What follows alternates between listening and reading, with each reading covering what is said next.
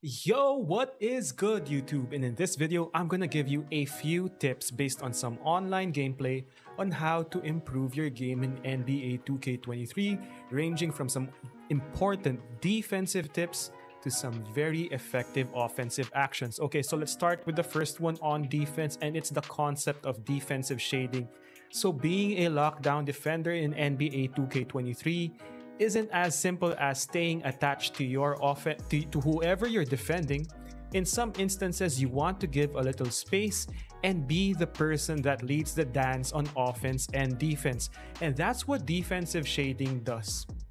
So take a look at this defensive possession, and as you can see, I'm not sticking to whoever I'm defending like Lou, but instead I'm leading him towards the help defense, and this is called defensive shading. So when you're shading your defender, you want to bring him a certain direction.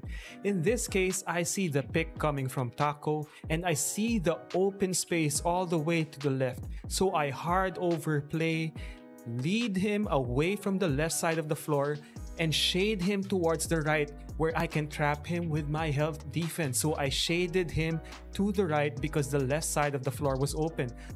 And at the beginning of every defensive possession, you always want to make sure to scan what the spacing of the offense is and how you can lead them towards the help defense. So here, I don't pick up the offensive player full court. I always start maybe at the half court line.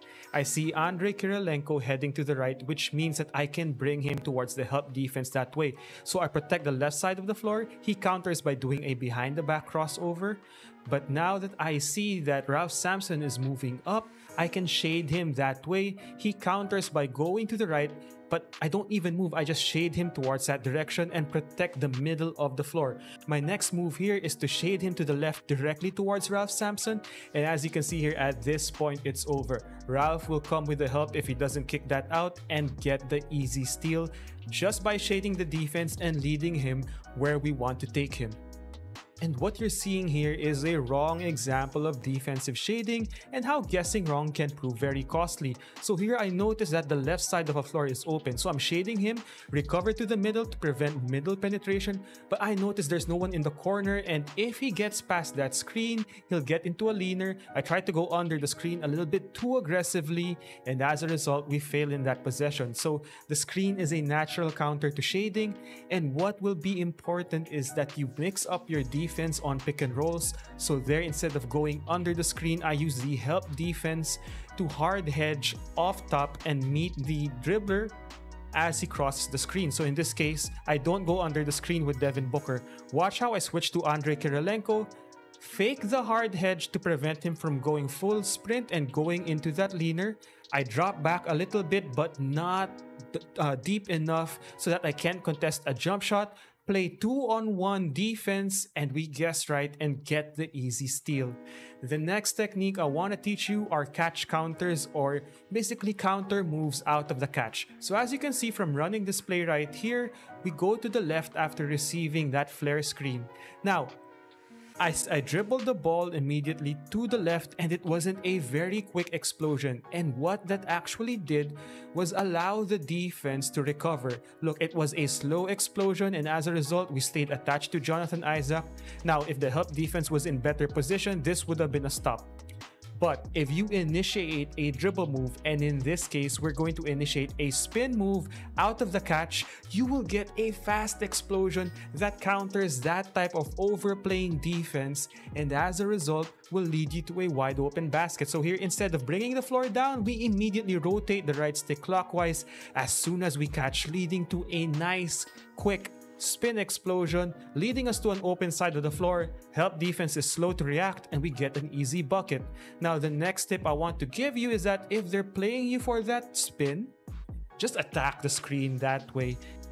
So here, the defense, knowing that you can attack off the catch with a quick explosive spin move, you want to instead play with the defense. Don't give them a certain look too many times. Instead of spinning here, I just attack the open space, leading to an open leaner. Now, the next tip is to use the triangle backdoor cut, not just to lead your other teammate towards the basket, but also to create a lot of space, giving you enough room to cook. So in this case right here, we post up Wemby.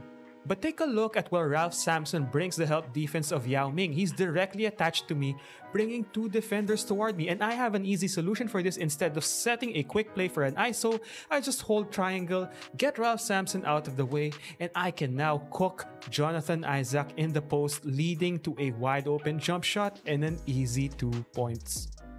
The last tip I want to give is to slip your pick and fades to turn them into ghost screens to get easy wide open threes. So to do this, tap L1, hold the icon of the offensive player you want to ask for a screen, tap R1 to ask for a fade, and then tap L1 to ask them to slip that screen. It's that easy, leads to wide open threes almost every time. So hope you enjoyed this quick video to give you some easy tips to up your game in an online setting. The online streets can get very deadly, so I hope these tips are helpful, and I'll see you in the next one. Peace.